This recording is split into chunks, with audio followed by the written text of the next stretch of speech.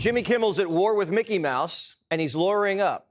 Kimmel was spotted heading to his attorney's office last night in Hollywood, where he had a powwow with Disney executives. Jimmy's not happy because his old time slot is airing reruns of Celebrity Family Feud. He's refusing to apologize and wants to come out swinging and blast Charlie Kirk and MAGA. A major protest was planned today outside of ABC Studios here in New York City. Let's see what that looked like. Bring back Jimmy! Bring back Jimmy! Bring back Jimmy! Hey, hey! Ho, ho! Censorship has got to go! Hey, hey! Censorship has got to go! 11 million people in New York and a few dozen come out to defend Kimmel.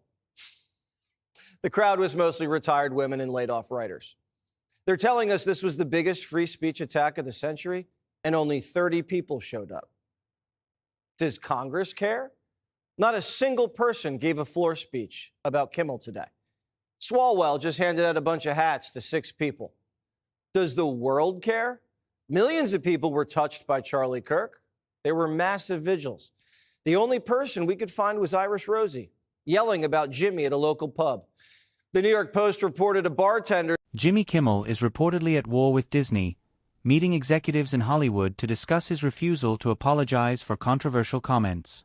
Sources say he plans to come out swinging, criticizing Charlie Kirk and MAGA supporters. Meanwhile, a protest outside ABC Studios in New York aimed to bring back Jimmy, but only a small turnout of retirees and laid-off workers showed up. The spectacle highlighted the divide between celebrity outrage. Said she was necking down glasses of Smithwick's Red Ale, ranting about Kimmel getting the boot. The only other people who care are his late-night colleagues, and they're all taking this really seriously. Kind of. Welcome, one and all, to The Late Show. I'm your host, Stephen Colbert.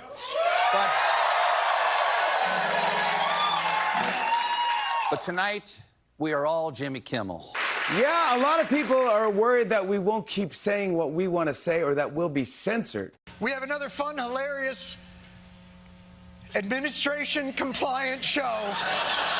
I just want to say before we get started here that I've always admired and respected Mr. Trump. We are all Jimmy Kimmel? What does that mean? We've all lost our company money, started a boycott, and got suspended by our boss for refusing to apologize? We are all not Jimmy Kimmel. People get suspended all the time. People lose their jobs all the time for refusing to get vaxxed, when migrants take their jobs, or when presidents kill pipelines or send their jobs to China, or when politicians defund the police. Kimmel's got 4 homes. He just bought an $8 million beach house, and he's on paid leave. All he has to do to get his little show back is say, I'm sorry, I lied. I was wrong. I've said it.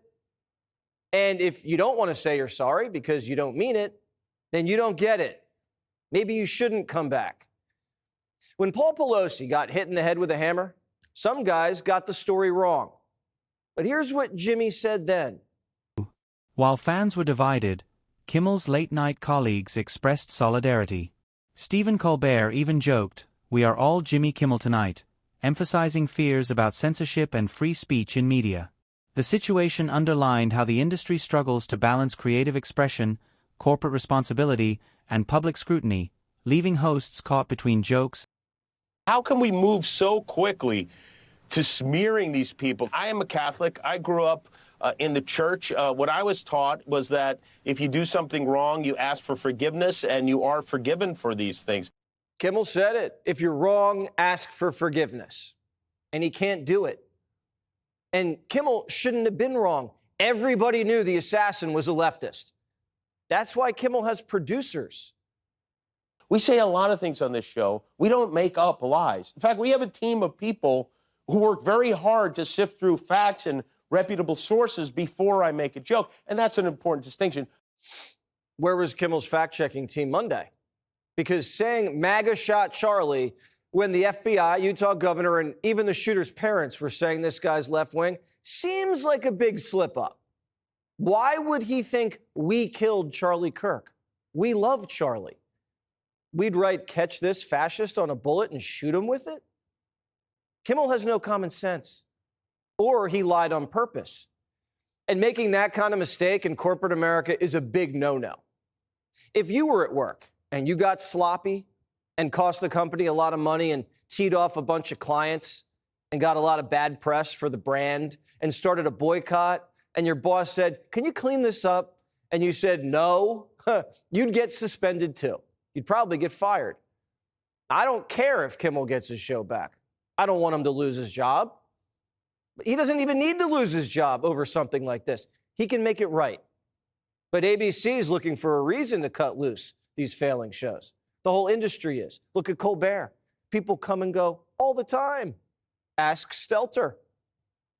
Look, take it from me, Caitlin. I've been canceled before on television. Sometimes being canceled is the best thing that can ever happen to a TV host. I think Kimmel might be looking around and realizing he...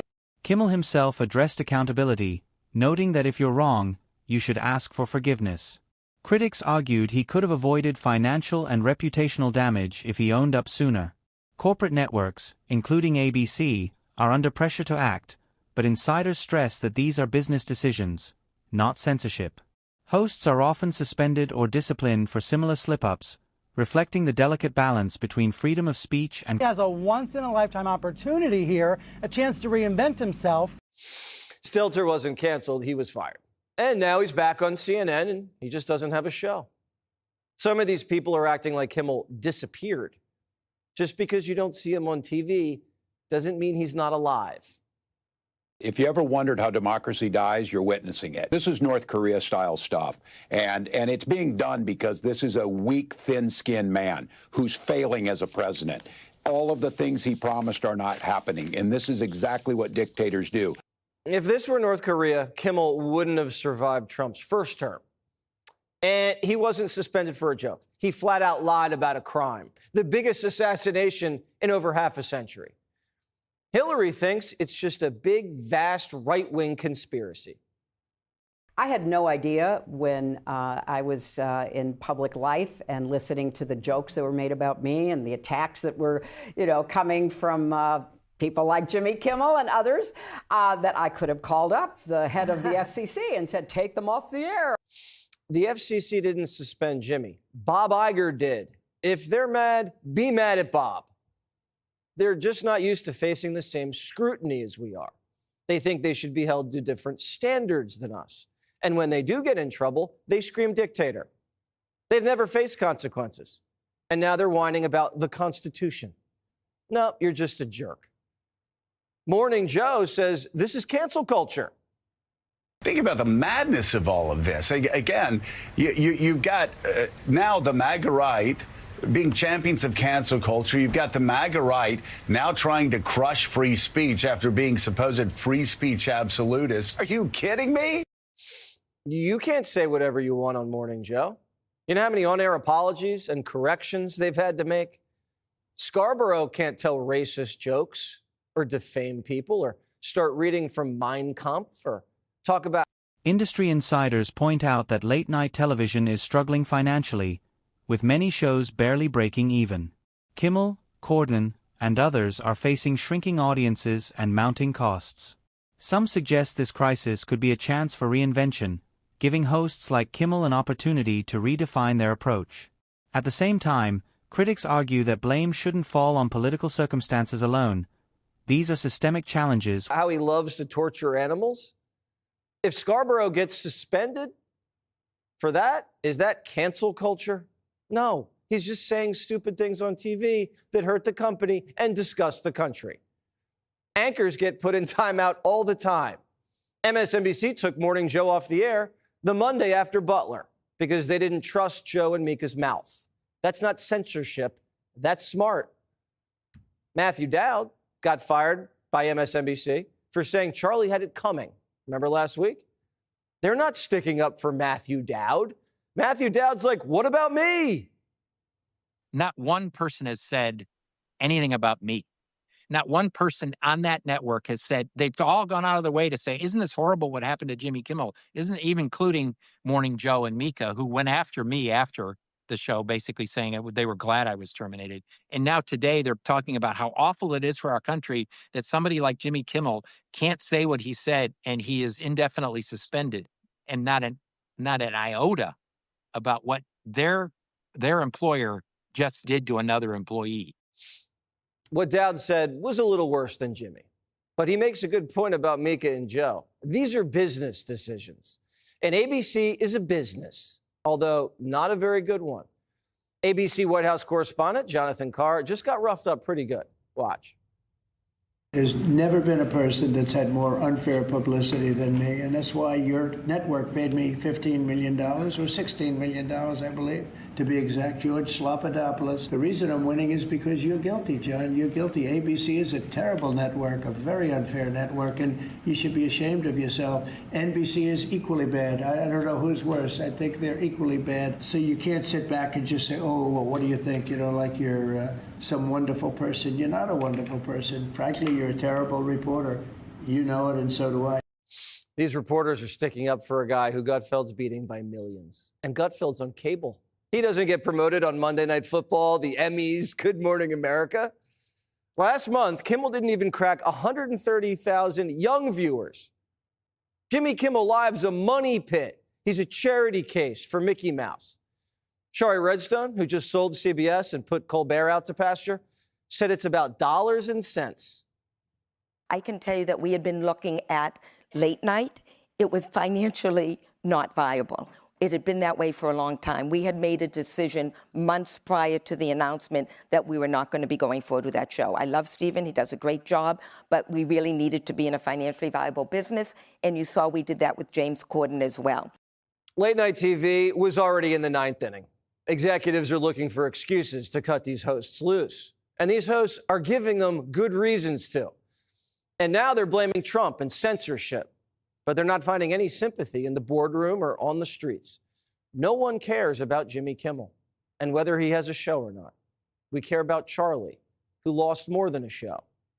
He lost his life. Want even more Fox News on YouTube? Become a Fox News Patriot today. Click join to find out how. The Kimmel controversy reflects a broader tension between free speech, accountability, and celebrity culture.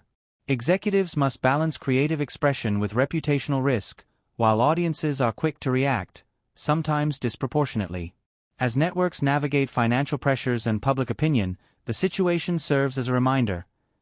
Even popular hosts aren't immune to consequences, and the landscape of late-night TV is changing faster than ever.